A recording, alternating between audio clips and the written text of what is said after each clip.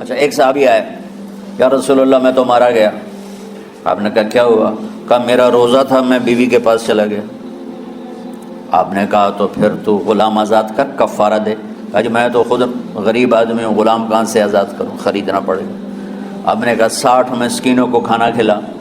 کہ میں آپ مسکین ہیں، میں کینوں کھانا کھلاؤں؟ آپ نے فرمایا پھر آخری ہے کہ 60 روزے مسلسل رکھنے ہوتے ہیں جو کفارے کے ہوتے ہیں۔ وہ کہنے لگا ایک روزے چاہے کم کیتا ہے 60 روزے جو میں کی کروں گا۔ تو آپ نے فرمایا اچھا ٹھیک ہے بیٹھ جا۔ بیٹھ گئے۔ تھوڑی دیر ہوئی تو ایک انصاری صحابی کھجوروں کا ٹوکرا لے کر آیا کہ یا رسول اللہ یہ صدقے کی کھجوریں ہیں، تقسیم فرما دیں۔ تو آپ نے فرمایا بھائی وہ کدھر ہو؟ کہا جی بیٹھا ہوں۔ آپ نے کہا ادھر آ، یہ کھجوریں لے جا اور 60 گھروں میں تقسیم کر دے۔ سبحان اللہ، اللہ نے اس امت کو لاڈ لڑائے ہیں، یہ اللہ کی لاڈلی امت۔ عجیب واقعہ یہ، کہنے لگا یا رسول اللہ اللہ کی قسم مدینے میں مجھ سے غریب کوئی نہیں، آپ ایسا کرو یہ میرا کفارہ مجھے ہی صدقہ کر دو۔ تو آپ اتنا ہنسے کہ یہ آخری دانت نظر آنے لگے۔ بہت کم ایسا ہوتا تھا فضحك حتى بدت نواجذه، ایسا ہنسنا آپ کبھی کبھی ہنستے تھے کہ آخری دانت پورا منہ کھل جائے، تو آپ اتنا ہنسے کہ آخری دانت تک نظر آنے لگے۔ تو آپ نے کہا اچھا جا لہ جا تیرے واسطے، لیکن یہ صرف تیرے لیے اور کسی کے لیے نہیں ہے۔ تو جب ایسی خیانت ہوئی تو اللہ تعالیٰ نے دوسرا حکم بھی اتار دیا، باشروہن، کہ تمہارے لیے بیوی بھی حلال ہے، کھانا بھی حلال ہے جب تک صبح صادق نہیں ہو جاتی۔ لیکن اللہ نے ہمیں ایک نماز عطا فرما دی جس کو ہم آج صلاۃ التراویح کہتے ہیں۔ میرے نبی کے زمانے میں اسے قیام اللیل کہا جاتا تھا۔ تو اللہ نے ہمیں رات کی نماز عطا فرمائی، اور چونکہ یہ ایک مشقت ہے تو میرے نبی نے کہا یہ رات کی نماز کے ہر سجدے پر 1500 نیکی لکھی جاتی، 1500 نیکی لکھی جاتی۔ اور اللہ تعالیٰ ہر سجدے پر جنت میں ایک محل بناتا ہے جس کے 60,000 سونے چاندی کے دروازے ہوتے ہیں، اور ایک درخت اس کے لیے لگاتا ہے جس کے نیچے 100 سال گھوڑا دوڑ سکتا ہے۔ تو رمضان کا اہتمام آپ رجب سے شروع فرما دیتے تھے۔ میرے نبی نے 9 رمضان دیکھے، 9 رمضان اپنی زندگی میں، 9 رمضان۔ 10ویں رمضان سے پہلے آپ اللہ کے پاس تشریف لے گئے۔ آپ کی زندگی میں روزے فرض ہونے سے آپ کی وفات تک 9 رمضان گزرے۔ اور میں قربان جاؤں اپنے نبی پر، اپنی امت پہ کیسی شفقت تھی۔ آپ سحری کھاتے تھے بالکل آخری وقت، ادھر بلال اذان دے رہا ہے اور ادھر آپ آخری لقمہ کھا رہے ہیں، اور ادھر سورج نیچے ہوا اور آپ کھجور منہ میں۔ ایک آدمی اوپر کھڑا ہوتا تھا مدینے میں تو وہ چھت پہ، گھر کی چھت پہ کھڑا ہوتا تھا، سفر میں ہے تو وہ کسی پہاڑی پہ کھڑا ہوتا تھا۔ جو ہی سورج کا کنارہ نیچے جاتا اب فوراً وہ کہتا یا رسول اللہ قد غربت، تو آپ کھجور منہ میں ڈال لیتے تھے، یا پانی، کبھی پانی سے افطار فرماتے تھے، کبھی کھجور سے افطار فرماتے تھے، کہ میری امت پہ بھوک کا وقت کم سے کم آئے۔ آج کل جو یہ ہمارے افطاری کے اوقات ہیں نا، یہ سورج ڈوبنے کے بھی 2-2.5 منٹ بعد کے ہیں کہ احتیاطاً، ٹھیک ہے چلو احتیاط کر لو کوئی مسئلہ نہیں، لیکن اصل ہے ادھر چونکہ اب سورج ہمیں نظر ہی نہیں آتا ہے، اس طرح ہم گھرے ہوئے ہیں شہروں میں، دیہاتوں میں بھی اب اس طرح کا ماحول ہے کہ وہ نظر نہیں آتا ہے، تو بہتر کہ ادھر سورج غائب ہو، ادھر لقمہ منہ میں جائے۔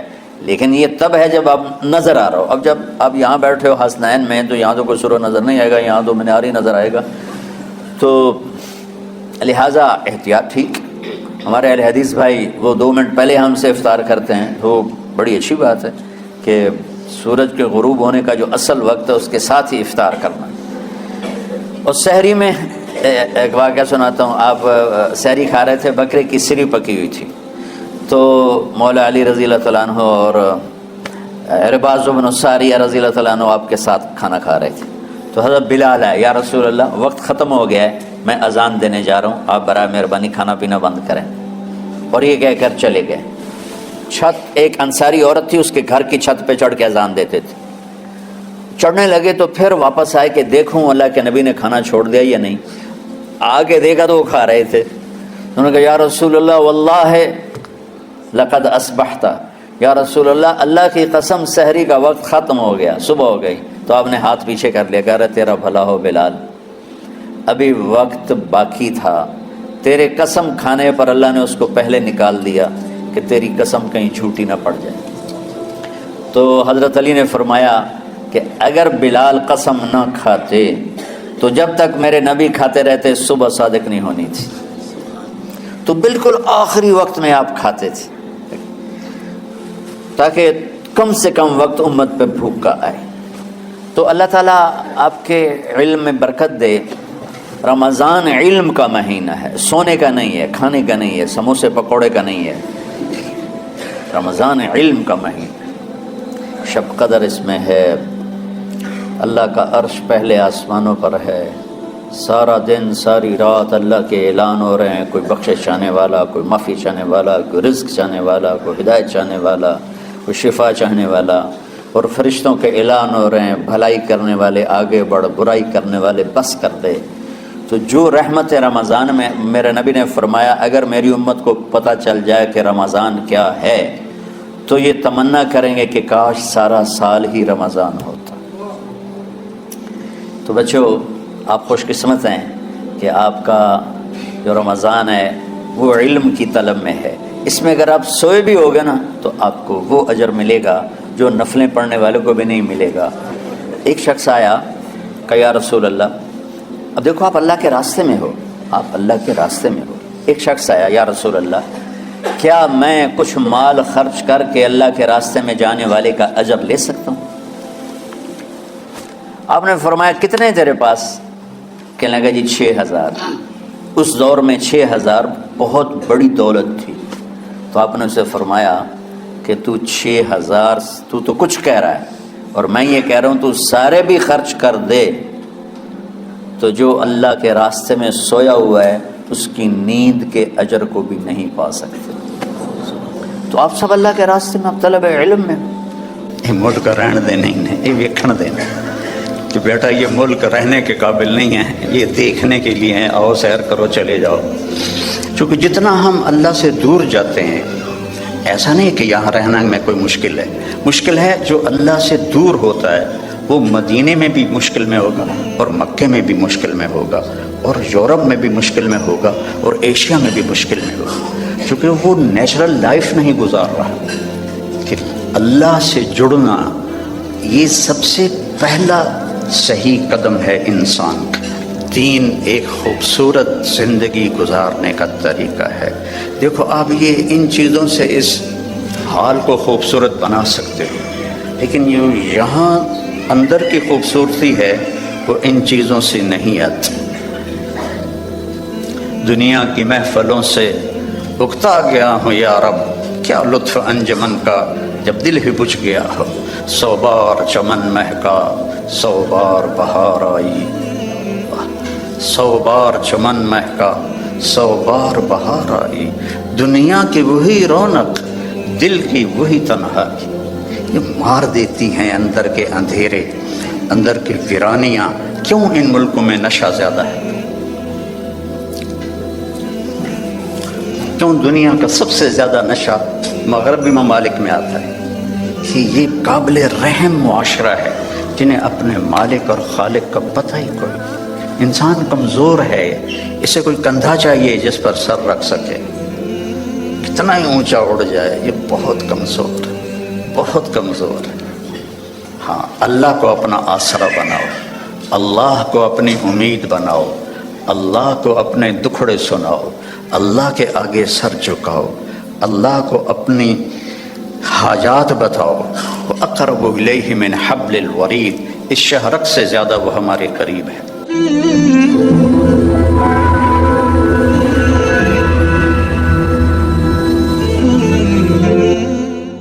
ہم نے آپ کا سینہ کھول دیا۔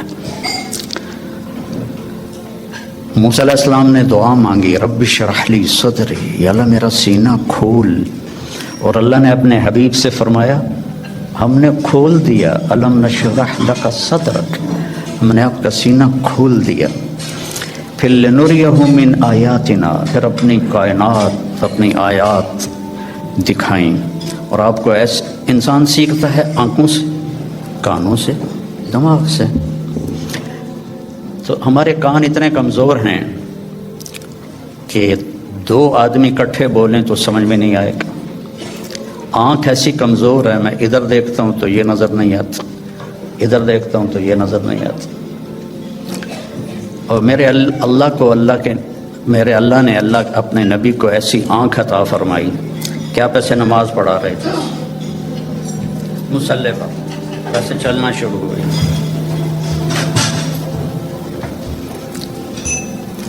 دیوار کے ساتھ آ کے کھڑے ہو گئے. اس وقت محراب نہیں ہوتے تھے.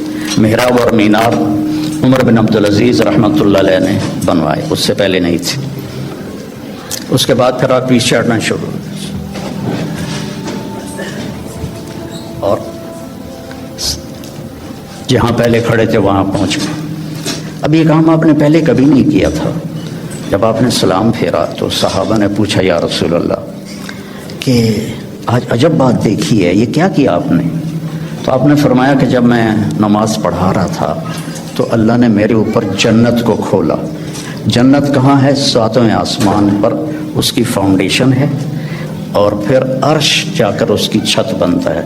سقفہا عرش الرحمن، اس کی چھت جو اللہ کا عرش بنتا ہے. تو وہ کیا آنکھ ہے جو مسجد میں کھڑے ہو کر 7ویں آسمان پر بنی ہوئی جنت کو دیکھ رہی ہے. اور آپ نے فرمایا پھر میں نے دیکھا کہ اس کے جو انگوروں کے گچھے تھے وہ ایسے دیوار کے باہر لٹکے ہوئے تھے. تو بڑی کوشش کی دنیا والوں نے کہ اس جہان کو جنت بنائیں، پر بنا نہیں سکے. پہلے سے زیادہ مشکل بنا دیا. زندگی پہلے سے زیادہ دکھی ہے. یہاں کے لوگ کوئی سوکھی زندگی نہیں گزار رہے. مجھے آتے ہوئے 40 سال ہو گئے. 82 میں سب سے پہلے چلہ میرا لگا تھا، اس کے بعد ہر سال. تو یہاں کی زندگی قابل رحم ہے. سہولتیں زیادہ ہیں، زندگی سہولت کی نہیں ہے، اوکھی زندگی ہے، مشکل زندگی. ہمارے پاس سہولتیں کوئی نہیں ہیں پر زندگی بڑی سوکھی ہے. میرے ایک دوست تھے یہاں، تو وہ مجھے انہوں نے اپنی گاڑی میں بٹھایا تو وہ بڑی خوبصورت تھی. تو میں نے بھی پہلی دفعہ دیکھی تھی. کہنے لگے مولانا یہ گاڑی 2.5 لاکھ پاؤنڈ کی ہے. میں نے کہا اس کا نام کیا ہے؟ کہ مے بیک. پہلی دفعہ نام سنا. میں نے کہا اس کا ڈرائیور کون ہے؟ کہا جی ہاں ڈرائیور نہیں ہوتا، ہم خود ہی ڈرائیو کرتے ہیں. میں نے کہا پھر ہماری سزوکی اچھی ہے 1 لاکھ کی، جس میں ہم 2 ڈرائیور رکھتے ہیں، ایک صبح کا ایک شام کا. پیٹرول بھی تم خود ڈالتے ہو اور ٹائر بھی خود صاف کرتے ہو اور میٹس بھی خود صاف کرتے ہو. ہمارے پاس اللہ نے نوکر دیے ہوئے ہیں جو سارے کام کرتے ہیں. تو یہ جنت بن نہیں سکتی. ڈیزائن کرنے والے نے اسے جنت کے لیے نہیں بنایا. یہ دکھوں کا گھر ہے، یہ ابتلا کا گھر ہے، یہ دار الفنا ہے، یہ دار البوار ہے، یہ دار الابتلا ہے. اس کو آپ جنت نہیں بنا سکتے. خیر ایسے بات آ گئی. ایک بدو آیا، یا رسول اللہ حل فی الجنت من عنب. بس کہ یہ ساؤنڈ ٹھیک کرو، آواز ہے. حل فی الجنت من عنب، جنت میں انگور ہیں؟ آپ نے کہا نعم ہیں. تو کہنے لگا کم قطف واحد، تو ایک گچھا کتنا بڑا ہوگا؟ تو ابھی رات ہم آئے تو کھانے میں انگور رکھے ہوئے تھے، 1.5 گچھے. تو آپ نے فرمایا مسیرۃ شہر للغراب لا یقع لا یفطر لا ینثنی. ایک گچھا انگور کا، ایک گچھا، ایک کوا 1 مہینہ سیدھا اڑے ایسے، لا ینثنی، نہ ادھر جائے نہ ادھر جائے، لا یفطر، نہ سست پڑے نہ کہیں رکے، اور پورا مہینہ اڑتا رہے. تو جہاں جا کے اس کی پرواز ختم ہوگی بعد 30 یوما فتلک قطف واحد. ایک گچھا 1 مہینہ کوے کی پرواز کے برابر ہو تو وہ کیا چیز ہے، کیا جہان ہے. وہ دیہاتی تھا، کہنے لگا کم حبۃ واحدہ یا رسول اللہ، ایک دانہ کتنا بڑا ہوگا؟ تو آپ نے فرمایا حل ذبح ابوک، من غنمك تيسا عظيما فسلخ إهابه فآتاه لأمك وقال لها اتخذي منه دلوة قال نعم قال فتلك حبة واحدة. پھر آپ نے فرمایا تم دیہاتی ہو تو بکریاں رکھتے ہو، تو کبھی کوئی بڑا چھترا تیرے ابا نے ذبح کر کے کھال کھینچ کے تیری ماں کو دیا ہو کہ اس کا ڈول بنا دو. ان کا ہاں وہ اتنا بڑا ہوتا ہے، کہ اتنا بڑا ایک دانہ ہوگا. تو بڑے مزے سے کہنے لگا اذن یکفینی لأہلی، پھر تو ایک دانہ میرے اور میری بیوی کے لیے کافی ہے. تو آپ نے فرمایا وعامت عشیرت، تیرے سارے خاندان کو کافی ہے. تو اللہ نے ہمیں اپنے علم کے مطابق چلنے کی دعوت تھی، پابند نہیں کیا.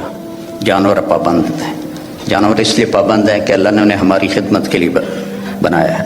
آج آپ گائے کا دودھ نکالنے گئے، وہ کہنے لگی آج میرا دل نہیں کل امی، تو کام تو نہیں چلے گا. تو ان کو اللہ نے پابند کیا اور اپنے حکم میں جکڑ دیا، ہمیں اختیار دیا. فمن شاء فلیؤمن ومن شاء فلیکفر، تیری مرضی ہے، یہ بھی راستہ ہے، یہ سیدھا ہے، یہ راستہ ہے، ایک کفر کا ہے، نافرمانی کا ہے. جو اختیار کرنا ہے ہدیناہ النجدین، ہم نے دونوں راستے واضح، نجد ٹیلے کو کہتے ہیں. تو ہم نے تمہارے لیے دونوں راستے واضح کر دیے ہیں اور اس کو مکمل کر دیا ہے. الیوم، یہ آج جو ہم اعلان کر رہے ہیں یہ آج ہی ہو رہا ہے، آج سے پہلے کبھی نہیں ہوا. کیا؟ اکملت، ہم نے دین کو کامل کر دیا. لکم، صرف تمہارے لیے، تم سے پہلے یہ کام کبھی نہیں ہوا. اتممت علیکم، اور نعمت کا اتمام کیا تم تمام کے لیے. اور نعمتی، نعمت کے لفظ میں ہے کہ یہ بہت آسان ہے، نعمت نعومت سے نکلا ہے. تو یہ میرا جو دستور حیات ہے یہ بہت آسان ہے. وَرَضِيتُ لَكُمُ الْإِسْلَامَ دِينًا، اور میں نے اس لیے تمہارے لیے اس اسلام کو پسند فرما دیا ہے. تو یہ ایک مکمل ضابطہ حیات ہے. کمال کہتے ہیں جب صفات پوری ہوں، تمام کہتے ہیں جب اجزاء پورے ہوں. صفات پوری ہوں، اجزاء پورے نہ ہوں تو تمام نہیں کہتے، کمال کہتے ہیں. عطا بن ابی رباح صحابہ کے دور میں فتوے دینے لگ گئے تھے، بڑے کامل انسان تھے، صحابہ بھی ان سے فتویٰ پوچھتے تھے، لیکن اندھے تھے، ایک ہاتھ سے معذور تھے، ایک ٹانگ سے معذور تھے، اور حبشی غلام تھے. تو تمام نہیں، کمال ہے. تو میرا اللہ کہہ رہا ہے دین کامل بھی ہے، دین تمام بھی ہے. پھر آپ نے ایک تسلی دی، اللہ نے تمہیں دین دیا. شرع، بہتے پانی کو شرع کہتے ہیں. بہتا پانی کتنا مزے کا ہوتا ہے، آپ کو صاف رکھتا ہے، آپ کے چیزوں کو صاف رکھتا ہے، خوبصورت نظر آتا ہے، آپ کی پیاس کو دور کرتا ہے. اللہ نے تمہیں دین دیا. وجعلہ سہلا، بہت آسان بنایا. بھوکے کو روٹی کھانا مشکل ہے، پیاسے کو پانی پینا مشکل ہے. سہلا، آسان بنایا. سمحا، نرم بنایا، نرم. واسعا، کھلا، کشادہ. ولم یجعلہ ضیقا، اور کوئی تنگی نہیں رکھی. تمہیں کیوں تنگی نظر آ رہی ہے؟ کہ تم نے چلنا سیکھا نہیں. لوگ جٹ جہاز اڑا لیتے ہیں، ایک آدمی سائیکل بھی نہیں چلا سکتا. اس نے سیکھا تو جٹ جہاز سب سے مشکل ہوتا ہے اس کو اڑانا، اور سائیکل نہیں سیکھا تو نہیں چلا سکتا. تو ہم نے سیکھا نہیں ہے دین پہ چلنا، اور پھر ہمارا پورا ارادہ نہیں ہے کہ ہم نے ادخلوا فی السلم کافہ، پورے مسلمان نظر آؤ، پورے مسلمان بن کے چلو. تو اللہ کے نبی نے کہا سہل، یرید اللہ بکم الیسر. اب اللہ بھی کہتا ہے ساتھ تمہارے لیے آسانی چاہتا ہوں. ولا یرید بکم العسر، تنگی نہیں چاہتا ہوں.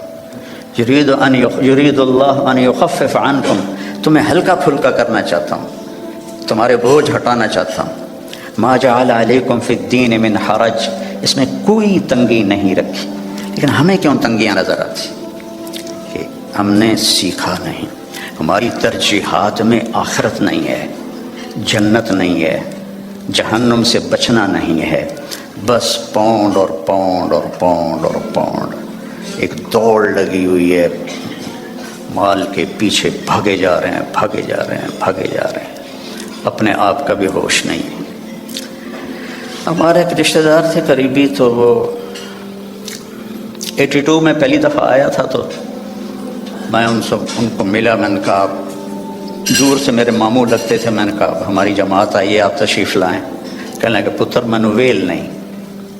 پنجابی سمجھتے ہو نا؟ پتر مینو ویل نہیں، بیٹا میں فارغ نہیں. اس کے بعد میں کتنے دفعہ آیا، ان کا یہی جواب ہوتا تھا، پتر مینو ویل نہیں. 2000 میں جب میں آیا تو ان کا خود فون آیا، بیٹا مینو آ کے مل، بیٹا مینو آ کے مل. تو ہیلی فیکس میں رہتے تھے، تو میں ملنے گیا تو وہ گھر میں اکیلے بیٹھے تھے. کہنے لگے پتر 26 سال بعد پتہ لگ گیا کہ مینو اتنے نہیں آنا چاہیے دسی. ایک 6 بیڈ روم میرا گھر ہے. 6 بیڈ روم چھوٹا گھر تو نہیں ہوتا نا، آپ لوگ جانتے ہی ہیں. آپ کو تو ویسے ہی چھوٹے چھوٹے گھونسلے ہوتے ہیں، تو وہ بھی لکڑی کے ہوتے ہیں، کھڑ کھڑ کھڑ کھڑ کھڑ کھڑ دوڑ دوڑ دوڑ دوڑ دوڑ. تو وقت دیکھا 6 بیڈ روم گھر ہے میرا، میری ساری اولاد چلی گئی مینو چھڑ کے، اب میں کلا بیٹھا. تو میں پاکستان میں مجھے نمک مرچ چٹنی روٹی تو مل ہی جاتی. اب میرے پاس اتنا پیسہ ہے کہ مجھے سمجھ میں نہیں آتا کہ میں اس پیسے کو کیا کروں.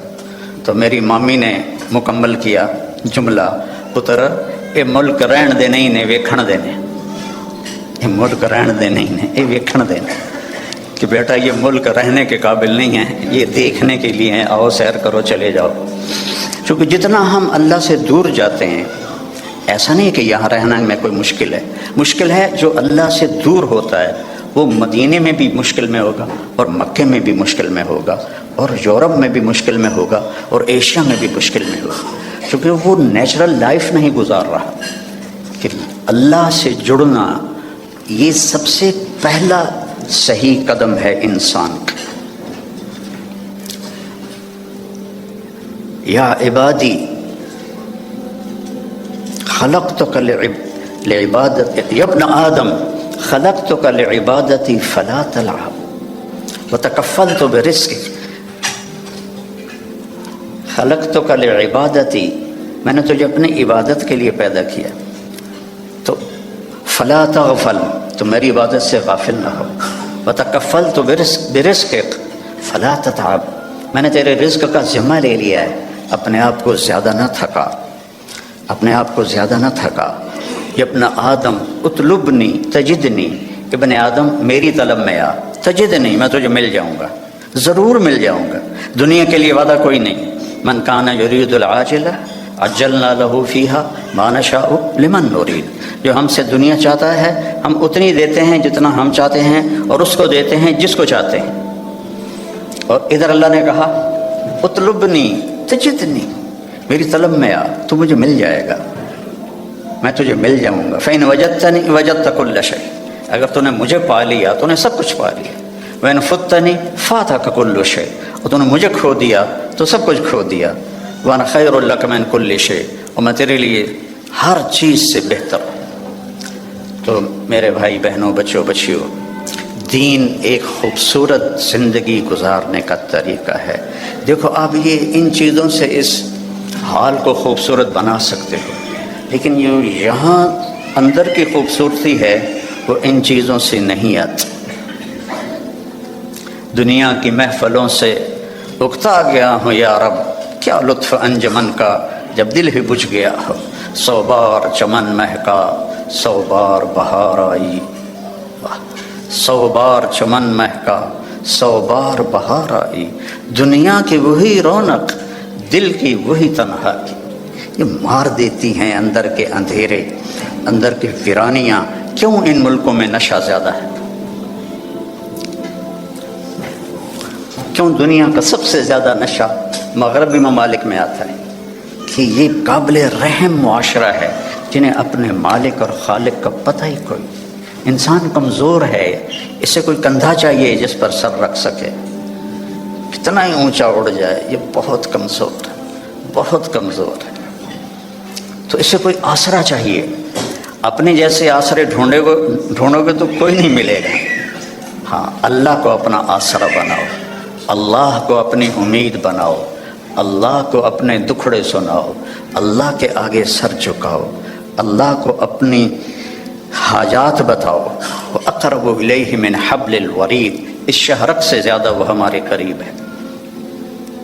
اور اللہ تک پہنچنے کا راستہ ہے جناب رسول اللہ صلی اللہ علیہ وسلم کی مبارک زندگی کہ اللہ نے ایک حبیب بنایا۔ صحابہ بیٹھے تھے اور کہہ رہے تھے کمال ہے بھائی، موسیٰ علیہ السلام کلیم تھے، ابراہیم خلیل تھے، عیسیٰ روح اللہ تھے، تو آپ ان کی باتیں سنتے ہوئے آ رہے تھے، تو جب آپ ان کے پاس آ کے بیٹھے تو آپ نے کہا سمعت مقالتکم ورأیت عجبکم، میں نے تمہاری بات بھی سنی، تمہاری حیرانی بھی دیکھی۔ تو اما ابراہیم فخلیل اللہ کما قلتم، ابراہیم واقعی خلیل ہیں، اما موسیٰ فکلیم اللہ کما قلتم، اور موسیٰ اللہ کے کلیم ہیں جیسے تم نے کہا ہے، اما عیسیٰ فروح اللہ کلمتہ القاہا الی مریم، اور عیسیٰ علیہ السلام روح اللہ ہیں، یہ بھی ٹھیک ہے۔ اما صاحبکم ھذا، سبحان، کیا خوبصورت، اما صاحبکم ھذا، اور تمہارا یہ ساتھی، یا نبی نہیں کہا، تمہارا یہ ساتھی، فحبیب اللہ ولا فخر، میں اللہ کا حبیب ہوں اور اس میں کوئی فخر نہیں ہے۔ حبیب اللہ، حبیب کس، خلیل ہوتا ہے خلل سے، کہ مجمع میں جب آپ اندر جانا چاہیں تو ایک قدم ادھر ادھر ادھر ادھر، اس کو خلل کہتے ہیں، اور آخر کوئی جگہ ملی وہاں بیٹھ گئے۔ خلیل اس کو کہتے ہیں جس کی محبت دل کے پردوں سے گزرتے گزرتے گزرتے اندر ایک جگہ سویدہ، آخر میں ایک خاص پوائنٹ ہے، وہاں جا کے بیٹھ جائے، اسے خلیل کہتے ہیں۔ وہ خلیل کے معنی میں زیادتی کا معنی نہیں ہے، اور حبیب ہے حبہ سے، حبہ کہتے ہیں دانے کو، دانے کی صفت کیا ہے، ایک کاشت کرو تو 700 ہو جاتا ہے، 700 کاشت کرو تو ہر دانہ فی کل سنبلۃ مئۃ حبہ، پھر اس کو کاشت کرو تو وہ 700 اور ہو جاتا ہے، تو دانے کے بڑھنے کی کوئی انتہا نہیں، قیامت تک کاشت کرتے رہو بڑھتا جائے گا۔ تو حبیب اسے کہتے ہیں جس کے محبت کی کوئی انتہا نہ ہو، کہیں کوئی لمٹ نہ ہو، اور خلیل اسے کہتے ہیں جو ملاقات بھی چاہتا ہو اور کچھ لینا بھی چاہتا ہو، اور حبیب اسے کہتے ہیں جو صرف ملاقات چاہتا ہو اور کچھ بھی نہ چاہتا ہو سوائے ملاقات کی، سوائے ملاقات کے اس کے اور کوئی غرض نہ ہو، حبیب ہے، حبیب ہے۔ خلیل کہہ رہے ہیں انی ذاہب الی ربی سیہدین، میرا سفر ہے شروع، مجھے ان قریب اللہ ہدایت دے گا۔ اپنے حبیب سے کہا وَوَجَدَكَ ضَالًّا فَهَدَىٰ، ہم نے آپ کو ہدایت دے دی۔ خلیل کہتے ہیں وَاجْعَلْنِی مِنْ وَرَثَةِ جَنَّةِ النَّعِيمِ، مجھے جنت عطا فرما۔ حبیب کو کہتے ہیں اِنَّا أَعْطَيْنَاكَ الْكَوْثَرَ، ہم نے آپ کے لیے جنت کی چابی دے دی آپ کو۔ خلیل کہتے ہیں وَاجْنُبْنِی وَبَنِیَّ أَن نَعْبُدَ الْأَصْنَامَ، مجھے میری اولاد کو بت پرستی سے بچا۔ حبیب سے کہہ رہے ہیں انما یرید اللہ لیذھب عنکم الرجس اہل البیت ویطہرکم تطہیرا، اے میرے محبوب کے گھر والوں، ہم نے آپ کو ہر گندگی سے پاک کر دیا ہے، ہر کفر سے پاک کر دیا ہے، اور آپ کو تطہیر عطا فرمائی ہے۔ اور موسیٰ علیہ السلام کہتے ہیں رب اشرح لی صدری، یا اللہ میرا سینہ تو کھول، اور اللہ اپنے حبیب سے کہتے ہیں الم نشرح لک صدرک، اور کلیم کہتے ہیں ویسر لی امری، میرا کام آسان کر، اور اپنے حبیب سے کہتے ہیں فسنیسرک للیسرا، آپ کے لیے آسانیاں کر دیں گے، ہم کر دیں گے۔ کلیم کہتے ہیں کہ اجلت الیک رب لترضی، موسیٰ علیہ السلام کو اللہ نے بلایا طور پر، تو وہ دوڑ پڑے، دوڑے گئے، تو لوگ ان کے پیچھے رہ گئے، ان کی جو امت تھی. تب اللہ نے کہا ما اعجلک عن قومک یا موسیٰ، اب موسیٰ تم نے یہ جلدی کیوں دکھائی؟ تو کہم اولیٰ علی آثاری، یا اللہ وہ میرے پیچھے آ رہے ہیں اور میں دوڑ کے اس لیے آیا ہوں کہ تو راضی ہو جائے، تو راضی ہو جائے، کہ مالک بلائے اور نوکر تیزی دکھائے، جی سر سر سر، تو مالک خوش ہوتا ہے. تو کلیم کہہ رہے ہیں لِتَرْضَىٰ، تو راضی ہو جائے. اور اللہ اپنے حبیب سے کہہ رہے ہیں وَلَسَوْفَ يُعْطِيكَ رَبُّكَ فَتَرْضَىٰ، آپ کا رب آپ کو اتنا دینے والا ہے کہ آپ خوش ہو جائیں گے. ساری دنیا سے کہتا ہے میں یہاں کیوں کھڑا ہوں بات کرنے کے لیے، کہ اللہ مجھ سے راضی ہو جائے، کوئی اور چیز کی طلب نہیں ہے. آپ کیوں جمع ہوئے ہیں؟ ایک دین کی نسبت پر کہ اللہ راضی ہو جائے. لیکن موت سے پہلے کسی کو نہیں پتہ، اور یہاں کہا جا رہا ہے فترضیٰ، آپ راضی ہو جائیں گے. یہ جو یہاں فا ہے، فا، اس کا مطلب میں ایک واقعہ سے سمجھا. وَلَسَوْفَ يُعْطِيكَ رَبُّكَ وَتَرْضَىٰ، وَلَسَوْفَ يُعْطِيكَ رَبُّكَ ثُمَّ تَرْضَىٰ. یہاں فَتَرْضَىٰ، فا کا مطلب یہاں یہ ہے کہ آپ کو اتنا دینے والا ہوں کہ آپ کو خود گمان نہیں ہے، آپ فوراً راضی ہوں گے. ہماری جماعت تھی پشاور، تو میرے ساتھ عرب شہزادے تھے. ایک مسجد سے دوسری مسجد جا رہے تھے تو گاڑی میں بیٹھ گئے تھے اور باقی جماعت کا انتظار تھا. تو ایک پٹھان فقیر آ گیا مانگتے مانگتے، آ کر وہ پٹھان کہتے ہیں خدائے دا پارا، ہم کہتے ہیں اللہ کے نام پر، وہ خدائے دا پارا، خدائے دا پارا. وہ آ کے نا گاڑی کی شیشے کے ساتھ لگ کے کھڑا ہو گیا اور منہ اس کا اوپر تھا، کہتا تھا خدائے دا پارا. ابھی 84 کی بات ہے، تو اس وقت 4 آنے دیتے تھے، کوئی بڑا تیر مارتا تھا تو روپیہ دے دیتا تھا. تو وہ اسی اندازے پہ کھڑا تھا کہ یہ بڑی گاڑی ہے، 1 روپیہ تو دے ہی دے گے مجھے.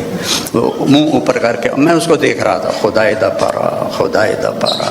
اس نے شیخ نے جیب میں جتنے پیسے تھے سارے نکالے، اس کو پورے مہینے کا خرچہ دے دیا. تو اس کے ہاتھ پر جو رکھے نا تو کہہ رہا تھا خدائے دا پارا، اور پھر اس نے مٹھی بند کی اور دوڑ لگائی، پیچھے مڑ کے نہیں دیکھا. مجھے بڑی ہنسی آئی. میں نے کہا شیخ پتہ یہ کیوں بھاگا ہے؟ یہ بھاگا ہے کہ اسے خطرہ ہے کہ تم کہیں بقایا واپس نہ لے لو. جب کسی کو اس کے گمان سے بڑھ کے دیا جائے تو وہ اچانک خوش ہوتا ہے، اچانک. تو اللہ تعالیٰ کہہ رہا ہے میں اتنا دینے والا ہوں کہ آپ کو خود پتہ نہیں ہے، آپ بڑے خوش ہو جائیں گے. اب فیصل آباد چوک پہ گاڑی روکی میری، تو ایک فقیر آ گیا، تو پیچھے میرا بیٹا بیٹھا تھا. اس نے جیب سے 100 روپیہ نکال کے دیا. میں نے کہا بیٹا اس سے دعا نہیں ملے گی. میں نے جیب سے 1000 روپیہ نکالا اور اس فقیر کو دے دیا. اللہ بھلا کرے، اللہ بھلا کرے. تو اللہ کہہ رہا ہے میرے نبی آپ کو وہ دوں گا کہ آپ کو خود نہیں پتہ. تو بھائیو اللہ نے ہمیں محمد مصطفیٰ صلی اللہ علیہ وسلم جیسا نبی عطا فرمایا اور آپ کی شریعت کو مکمل کر دیا، آپ کی زندگی کا ہر طریقہ مکمل کر کے ہم تک پہنچا دیا. بس اس کو فالو کرنا ہے، اس کو سیکھنا ہے، اس کے مطابق زندگی کو گزارنا ہے، تو آپ کی یہ دنیا بھی بنے گی، وہ دنیا بھی بنے گی. اللہ تعالیٰ نے آپ کی زندگی چونکہ قیامت تک تھی تو ہر چیز محفوظ کر دی ہے، ہر چیز محفوظ کر دی. آپ کی چال کیسی تھی، آپ کا لباس کیسا تھا، آپ بیٹھتے کیسے تھے، آپ اٹھتے کیسے تھے، آپ بولتے کیسے تھے، ایک ایک چیز کو میرے رب نے محفوظ کر دیا ہے. سیکھو میرے بھائی بہنوں. موت کے بعد جو سب سے بڑا غم ہوگا نا انسان کو، وہ حسرت ہوگی. حسرت ہوگی، ہائے یہ میں نے کیا کر دیا، ہائے یہ میں نے کیا کر دیا. تو اس سے پہلے کہ موت ہمیں اٹھا کے لے جائے، ہم اللہ کے محبوب کی زندگی کو اپنی زندگی بنا لیں، ان کے طریقوں کو اپنا طریقہ بنا لیں. لقد جاءکم رسول من انفسکم، ہمارے ہاں پڑھا جاتا ہے من انفسکم. اس کی ایک جو ہے روایت وہ ہے من انفسکم. میں موریتانیہ گیا تو وہاں میں نے سنا وہ من انفسکم پڑھتے تھے. تو تو